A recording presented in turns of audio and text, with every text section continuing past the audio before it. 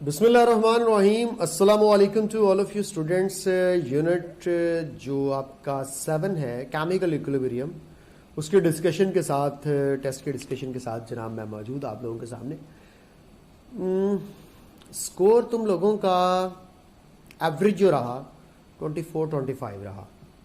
चंद एक स्टूडेंट्स 28 को टच किया, सारे क्वेश्चंस किसी के ठीक नहीं हुए। ठीक है, तो आइए ज़रा उन तमाम रीजंस के ऊपर बात कर ली जाए, तमाम पॉइंट्स के ऊपर, तमाम ट्रिक्स के ऊपर, तमाम शॉर्टकट्स के ऊपर जो रिक्वायर्ड होते हैं इस तरह के क्वेश्चंस को सॉर्ट आउट करने के लिए। स्टार्ट करते हैं। ये क्वेश्चन जो इस वक्त आप लोगों के सामने आपको दिख रहा है, जो आप लोगों को बताया जा रहा है, इसको अगर आप लोग मुलाहिजा फरमाएं कि which one of the following the value of Kc greater than Kp। Shortcut delta n decide करता है कि क्या होना है।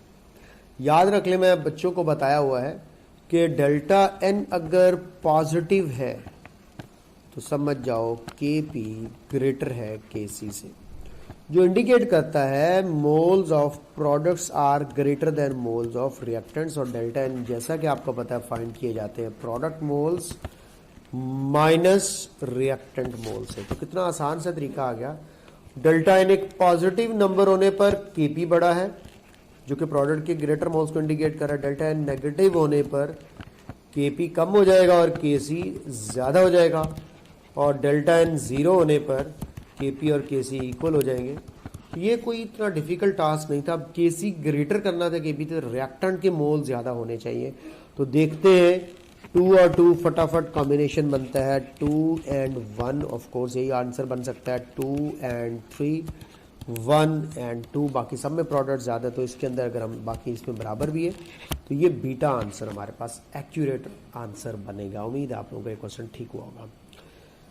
ये है यूएचएस का पास पेपर का क्वेश्चन है। हेंडरसन इक्वेशन जैसा कि मैंने आपको बताई हुई है, इसमें से कौन सी होगी, क्या होगी, कैसे होगी, किस तरह होगी।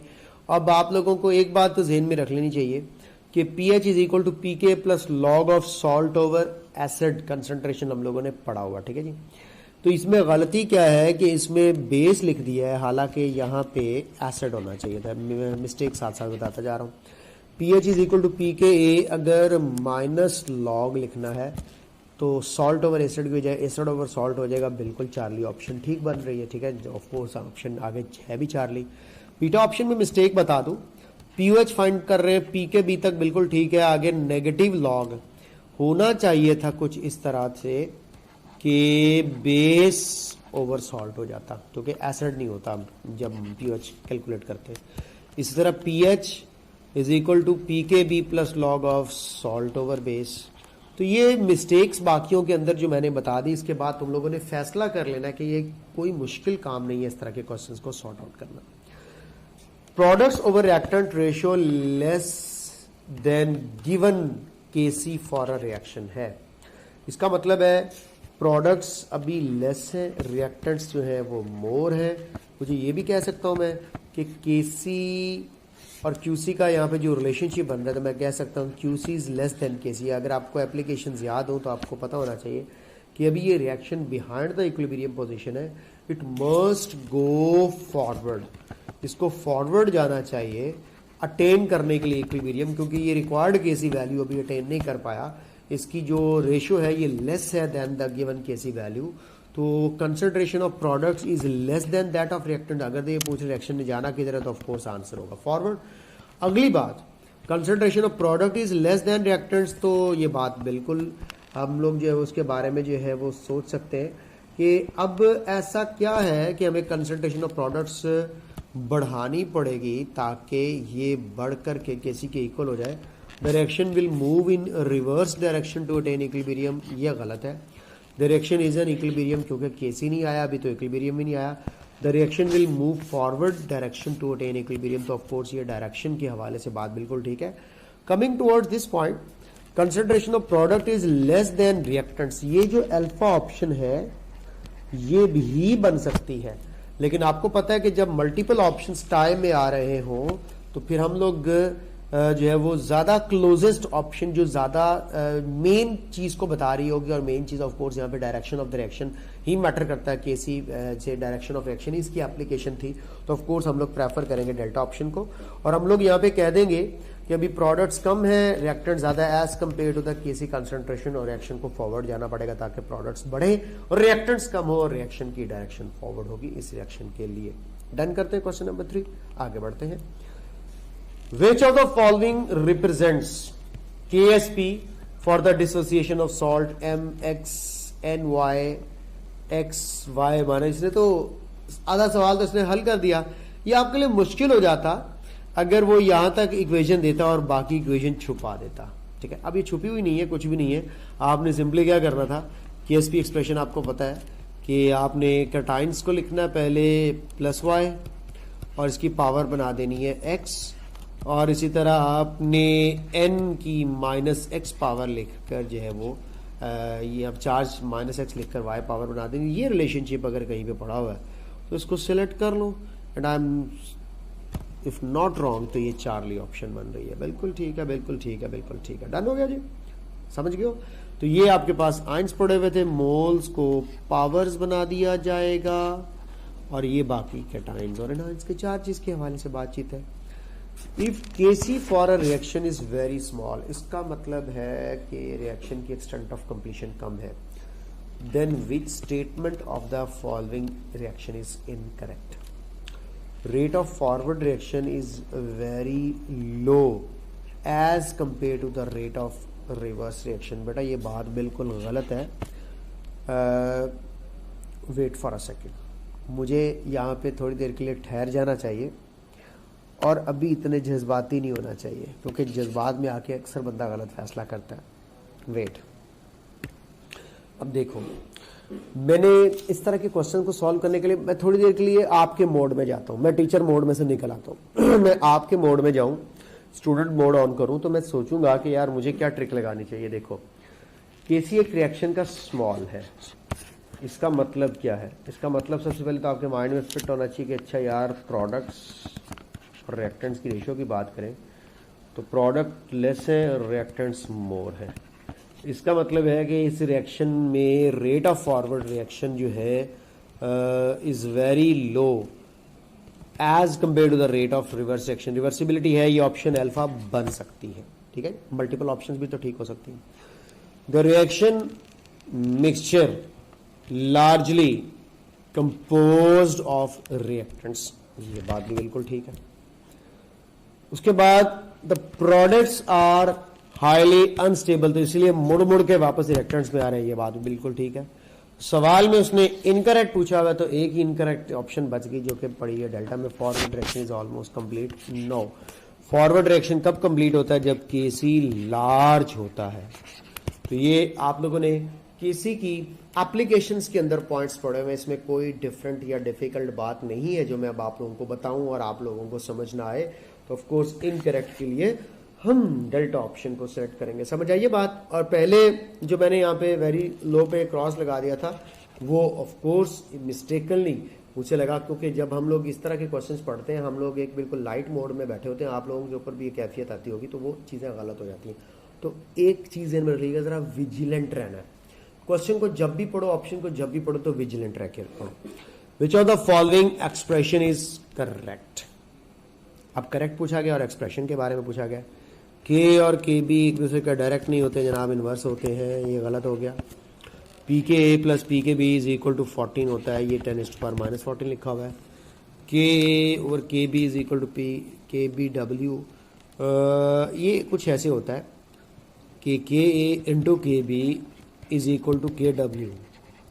यहां से आप ये काम कर सकते हैं कि अगर आप के ए निकालना चाहते हैं तो वो बनेगा के डब्ल्यू ओवर के बी। इसका मतलब है ये अगेन एक मिस्टेक बनी हुई है, यहाँ पे गलती है। P H is equal to 14 plus log of hydroxyl ions. आप कहेंगे नहीं सर नेगेटिव होना चाहिए था, नहीं मैं बताता हूँ। ये आप लोगों के पास इस वक्त positive log of hydroxyl ion, तो उधर जाके क्या हो जाएगा? Negative log. तो negative log of hydroxyl ion हो, साथ में प्लस पीएच हमारे पास। अब ये आपको पता है ये 14 के इक्वल है, तो ये हमारे पास क्या बन जाएगा? पीओएच। ठीक है बेटा। तो एक सिंपल सा रूल बन गया कि अगर ये इधर का प्लस है तो इधर आकर क्या हो जाएगा माइनस, और जब हम उस माइनस साइन का नेगेटिव लॉग लेंगे तो माइनस माइनस क्या हो जाएगा प्लस हो जाएगा। तो ऑटोमेटिकली सी बात है ये पॉजिटिव साइन में कन्वर्ट हो जाएगा। मैं आपको बता देता हूँ यहाँ पे कि pH is equal to 14 plus log of hydroxyl ion. ठीक है बेटा, अब ये पॉजिटिव है, ये अगर इस तरफ आता है तो क्या बन जाता है नेगेटिव, तो pH negative log of hydroxyl ion is equal to 14। ठीक है, अब हम लोगों ने ये जो वैल्यू ली हुई है इसका हम लोगों ने ये नेगेटिव लॉग अगर हाइड्रोक्सिलाइन ले तो वो क्या बनता है POH बनता है। और आपको पता है लॉग लेते हुए अगर कहीं पे मल्टीप्लीकेशन हो, ये वाली मल्टीप्लीकेशन, तो ये किस में कन्वर्ट हो जाती है प्लस में कन्वर्ट हो जाती है। समझ गए बात। तो ये सारी की सारी स्टोरी थी और इसकी बेस पर आपके पास आंसर जो है वो डेल्टा बनेगा। समझ गए। Next, in saturated solution of potassium iodide following equilibrium exist. Okay, ये सॉलिड है, ये एक्वियस है, डेल्टा एच पॉजिटिव है, यानी कि एंडो है। मैंने कुछ चीजें स्पेसिफाई कर ली। Which one of the following condition is favourable for crystallization. मैंने सोचा क्रिस्टलाइजेशन का मतलब है सॉलिड स्टेट में लेकर के जाना। अगर एक एक्वियस सॉल्यूशन की क्रिस्टल्स बनानी हो तो रिएक्शन को रिवर्स ले जाना पड़ेगा, और एक एंडो को रिवर्स ले जाना हो तो टेम्परेचर को लो किया जाएगा। और एक बच्चा ऐसा भी था इसके ज़हन में ये भी क्लिक हुआ कि जब भी क्रिस्टलाइजेशन करवाई जाती है तो हमेशा टेम्परेचर को लो करके करवाई जाती है, तो उसने लो टेम्परेचर वाली ऑप्शन को सिलेक्ट किया होगा। कहीं भी ऑप्शन में पड़ा हुआ है decrease in the temperature, yes of course beta option is waiting for me for the correct answer. So here comes the beta answer and proceeding towards the next one which is good combination of the to prepare an acidic buffer. Acidic buffer prepare करना है, pH 7 से कम होनी चाहिए, weak acid select करना पड़ेगा, carbonic acid भी पड़ा हुआ है और एसिडिक एसिड भी पड़ा हुआ है, बेरियम हाइड्रोक्साइड पड़ा हुआ है और अमोनियम हाइड्रोक्साइड पड़ा हुआ है। अब ये दोनों तो निकल जाएंगे क्योंकि यहाँ पे बेरियम हाइड्रोक्साइड आपको पता है स्ट्रॉन्ग बेस है, बफर कभी भी स्ट्रॉन्ग बेस से बन ही नहीं सकता, तो ये तो वैसे निकल गया। ये वीक बेसिस से बनेगा बेसिक बफर। मुकाबला है एसिडिक एसिड और कार्बोनिक एसिड में। अब आप लोग एक बात अच्छे तरीके से जानते हैं कि जनरली क्या होता है कि ये जो हमारे पास एसिटिक एसिड है ये है तो वीक एसिड यूज किया जा सकता है, कार्बोनिक एसिड भी बनाया जा सकता है, नो डाउट अबाउट इट, ये भी वीक एसिड है। बट दोनों में से आप प्रेफर किसको करें? जनरली क्या होता है कि हम लोग अब अगर इनकी स्ट्रेंथ की बात करें तो मैं आपको बता दूं, कार्बोनिक एसिड स्ट्रॉन्गर है as compare to acidic acid. ये बात भी आप लोगों ने याद रख ली। फॉर्मिक एसिड और बेंजोइक एसिड से वीक है, बाकी सबसे जो है वो ये स्ट्रॉन्ग होता है। ठीक है, ये बात ध्यान में रख लीजिएगा। कार्बोनिक एसिड, तो carbonic acid is a little bit stronger than as compare to acidic acid. तो स्ट्रेंथ को मद्देनजर रखते हुए, एसिडिक स्ट्रेंथ को मद्देनजर रखते हुए हम लोग कार्बोनिक एसिड वाले ऑप्शन को सेलेक्ट कर सकते हैं। अल्फा भी ठीक है, बीटा भी ठीक है, अल्फा और चार्ली, सॉरी अल्फा और चार्ली दोनों ठीक है।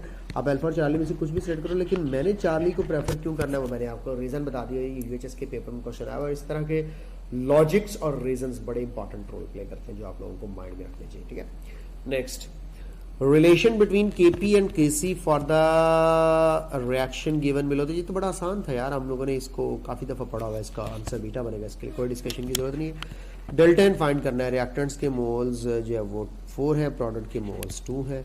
Here comes the difference -2। POH is equal to PKB plus 10.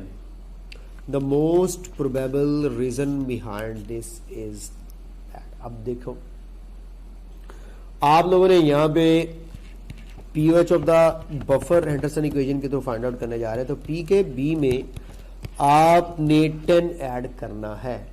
It means that कि यहां पे होता है, आप लोगों को पता है कि log of salt concentration over log of acid concentration, यही होता है ना। अब इसको सॉल्व करने के बाद आपके पास आंसर 10 आ जाना चाहिए। इसका मतलब है सॉल्ट की कंसंट्रेशन ज्यादा होगी as compare to acid concentration. क्यों? तभी ये डिवाइड होकर के वैल्यू 10 आएगी और ये इसमें ऐड हो जाएगी। और वैसे भी मैंने आपको बताया हुआ पी के ए से पीएच ज्यादा हो तो क्या होता है, पी के ए से पीएच कम हो तो क्या। यहाँ पे बड़ा सिंपल सा रूल है जो आप लोगों को अप्लाई करने के लिए हम लोग सिखाते होते हैं, बताते होते हैं क्या, कि अगर सॉल्ट कंसंट्रेशन ज्यादा है एसिड कंसंट्रेशन से नोमिनेटर, तो इसका मतलब है ये आंसर भी ज़्यादा होगा, तो हम लोग कह देंगे ये अगर एसिडिक बफर होता तो मैं कहता pH ग्रेटर देन pKa बनता है। अब बेसिक बफर है तो इसके केस में क्या बने करेंगे कि salt is greater then acid concentration, तो POH is greater then pKb। तो ये सिनेरियो है यहाँ पे, सो सिंपल है, सो इजी। ठीक है, तो कोई ऑप्शन ऐसी है कि हम लोग कहें कि सॉल्ट और बेस की रेशो 1 बन रही है, और आप कहेंगे सर ये लॉग अलग-अलग लेते हैं, इकट्ठा लेते हैं। डेफिनेटली सॉल्ट और एसिड कंसंट्रेशन को डिवाइड करके जो आंसर आता है उसका लॉग लिया जाता है। यहाँ पर मैंने लिखते हुए बता दिया log of salt over acid, और लॉग 10 क्या होता है 1, और लॉग 1 की वैल्यू आप लोगों को पता है कि क्या होती है 0 होती है। इसका मतलब है कि यहाँ पे ये ऑप्शन अल्फा तो हो नहीं सकती। चार्ली देखते हैं, सॉल्ट और बेस इन्फिनिटी, सुभान अल्लाह सुभान अल्लाह। बीटा देखते हैं, best buffer will be prepared, no buffer would be prepared. अब यहाँ पे ऑप्शन सेलेक्ट की गई है डेल्टा। क्यों कोई भी बफर प्रिपेयर नहीं किया जा सकता? क्या कोई स्टूडेंट मुझे बता सकता है? सबसे पहले तो मैं अपने स्टूडेंट्स को बता दूं कि बेस्ट बफर क्या होता है। ये मैंने अपने लेक्चर में भी बताया हुआ, आपको दोबारा बता। बेस्ट बफर होता है जिसमें सॉल्ट और एसिड की कंसंट्रेशन इक्वल हो, वो बेस्ट बफर होता है। जिसका पीएच और पीके एक दूसरे के अप्रॉक्सीमेटली इक्वल हो, वो बेस्ट बफर होता है। यहाँ पे अब क्या है, ये ज़रा ये देखते हैं कि फॉर एग्जांपल हम लोग पीके बी की वैल्यू लेकर के बैठे हुए 4.74, कोई भी वैल्यू ले लें, इसमें अगर मैं 10 ऐड कर देता हूँ तो जानते हो ये कितनी बन जाती है, 14.74 बन जाती है। इतना ज़्यादा चेंज नाकाबिले बर्दाश्त है, तो ऐसा कोई बफर हो ही नहीं सकता कि जिसमें सॉल्ट और एसिड की कंसंट्रेशन की रेशियो लें तो वो 10 आए और हम लोग उसको वहाँ पे पुट करने बैठे हैं, तो ऐसा मुमकिन नहीं है। तो दैट्स वाई मुझे सेलेक्ट करना चाहिए नो बफर इज प्रिपेयर्ड, कि too much variation, too much change, too much difference in pOH and pKb value. समझ गए? तो ये एक इंडिकेशन थी। अब बेस्ट बफर का बता दिया कौन सा होता है, और जो प्रिपेयर नहीं हो सकता कि जब पीओएच या पीकेबी या पीएच और पीके या पीकेए के अंदर काफी ज्यादा डिफरेंस आपको देखने को मिले। Which of the following reaction KC is greater than KP? Reactants के मोल ज्यादा उठाने, ये रिएक्टेंट्स के मोल ज्यादा हैं, और इसके अलावा ये रिएक्टेंट्स के मोल ज़्यादा है, तो इसका मतलब है जल्दबाजी से फैसला करते बगैर डेल्टा ऑप्शन को सिलेक्ट करना चाहिए। The value of ionic product of water at 100 degree Celsius is this. अब आप लोग जरा याद करो, तुम्हें याद हो कि ना याद हो। एक तो ये टेक्स्ट बुक के अंदर डायरेक्ट वैल्यू लिखी हुई है, इसमें तो कोई डाउट नहीं है। टेक्स्ट बुक की वैल्यू रट्टा लगी तो आप तब भी कर सकते हैं। यहाँ पे ये इंक्रीज कितने तक का आया है, तो ये तकरीबन 75 टाइम्स तक का इंक्रीज आ जाता है। तो ये भी बाद दफ़ा पेपर में जो है वो क्वेश्चन पूछ लिया जाता है कि कितने टाइम्स तक का इंक्रीज आया। अगर टेम्परेचर 0 डिग्री सेल्सियस से उठाकर 100 डिग्री सेल्सियस तक रखा जाए, 0 पर क्या वैल्यू है वो याद रख लीजिएगा। वैसे ये वैल्यू 25 डिग्री सेल्सियस पर होती है, ये जो आप लोगों को मिल रही है 25 डिग्री सेल्सियस की वैल्यू है। तो अगर टेम्परेचर 25 डिग्री सेल्सियस से 100 डिग्री सेल्सियस कर दिया जाए तो फिर कितना चेंज आएगा, तो इसका डिफरेंस देखें तो आप तकरीबन जो है वो 75 टाइम्स का डिफरेंस जो है वो बन जाता है। तो ये सारी बातें हैं, ये सारी चीज़ें हैं जो आप लोग आसानी जो है वो देख सकते हैं, चेकआउट कर सकते हैं, इसमें कोई इतना सच प्रॉब्लम नहीं है। तो ये वैसे तो टेक्स्ट बुक की वैल्यू थी जो आप लोगों को सिखा दी, मैंने बता दी। वो टेबल याद कर लीजिएगा केसी और टेम्परेचर के रिलेशनशिप वाला। Solubility of calcium fluoride is this one, what is its KSP value? Numerical आ गया जनाब, और आसान है, कोई मुश्किल नहीं है। कैल्शियम फ्लोराइड को आयोनाइज करवा दें, कैल्शियम आयंस शॉर्टकट बता देता हूँ, 2 फ्लोराइड आयंस, इसकी सॉल्युबिलिटी S, इसकी 2S, 2 मोल्स के हिसाब से बात की जा रही है। ठीक है, अब उसने सॉल्युबिलिटी दी हुई है और आपने KSP फाइंड आउट करना है, वो जो मैंने एंड पे न्यूमेरिकल्स करवाए थे आपको। अब यहाँ पे KSP इज इक्वल टू आ जाएगा S × आपको पता है ये 2S स्क्वेयर बनेगा क्योंकि कंसंट्रेशन पावर स्क्वेयर हो जाएंगी, ये बना 4S³ KSP। अब आपने KSP फाइंड आउट करना है, तो यहाँ पे सॉल्युबिलिटी की वैल्यू पुट कर दे, 2 × 10⁻⁻²। ठीक होगा जी। और अब ये बन गया 4 2s are 8। ठीक है बेटा, और यहाँ पे क्यूब भी करना है हमने, तो आप पहले अब क्यूब कर लें। 2 2s are 4 and 4 2s are 8 and 8 4s are 32। और मल्टीप्लाई आ जाएगा 10 रेज टू पावर 3 2 6 -6, तो सीधा फ्लैट गया डेल्टा ऑप्शन की तरफ। ठीक है जी, कोई मुश्किल था नहीं। ये मैंने आपको लेक्चर में बताया कि किस तरह से 1 मोल पर सॉल्युबिलिटी S और 2 मोल पर 2S होती है। The pKa of acetic acid is 4.74। The pH 0.001 molar acetic acid and 0.001 molar sodium acetate will be, यानी कि बफर सोल्यूशन के हवाले से बात हो रही है। pH फाइंड आउट करनी है 4.74। आप कहेंगे सर ये तो बच्चों वाला सवाल था हमारे लिए। तो जी सॉल्ट कितना है 0.01 है, तो 10 रेज़ टू पावर लिखा जा सकता है -2, शॉर्टकट लगाते हैं जनाब। और एसिड की कंसंट्रेशन है 0.001, तो 10 रेज़ टू पावर -3 बन जाएगी। ठीक होगा बेटा, इसको अब आप सॉल्व कर लें तो pH is equal to 4.74 plus log of 10 raise to power -2 plus 3, तो ये बना log 10। log 10 क्या होता है 1। तो इस तरह से मेरे बच्चों ने आंसर निकाल लिया 5.74। कहीं पर बड़ी हुई ऑप्शन तो सिलेक्ट कर लें। उसने ये तो पूछा ही नहीं था, उसने ये पूछा है कि pH बराबर होगा या बड़ा होगा या छोटा होगा, तो तय कर लें कि pH बढ़ गया है तो ये आपके पास आंसर अल्फा आएगा। अगर तो कैलकुलेशन करता तो फिर ये देता। और अब आपको पता है यहाँ पे pH पूछता तो ये कैलकुलेशन करनी है, pH नहीं पूछी तो देखो सॉल्ट ज़्यादा एसिड से, तो डेफिनेटली pH ज़्यादा है pKa से, इसमें कोई दूसरी बात है ही नहीं। ये 5 सेकंड्स में होने वाला क्वेश्चन है जो कि आपको मैंने ट्रिक के साथ बता दिया। इसमें कोई कैलकुलेशंस की ज़रूरत नहीं, लेकिन कैलकुलेशन कब करनी पड़ी, जब वो कैलकुलेट करने के लिए बोल दें। For the system 3A to B, see the expression for the equilibrium constant is, oh my god, इतना आसान सवाल। इसके C और 3 मोल्स बन जाएंगे A के और 2 मोल्स बन जाएंगे B के, तो Kc expression according to law of mass action बनता है डेल्टा ऑप्शन। ये थे first 15 questions, and for remaining 15 question watch my next video. Bye.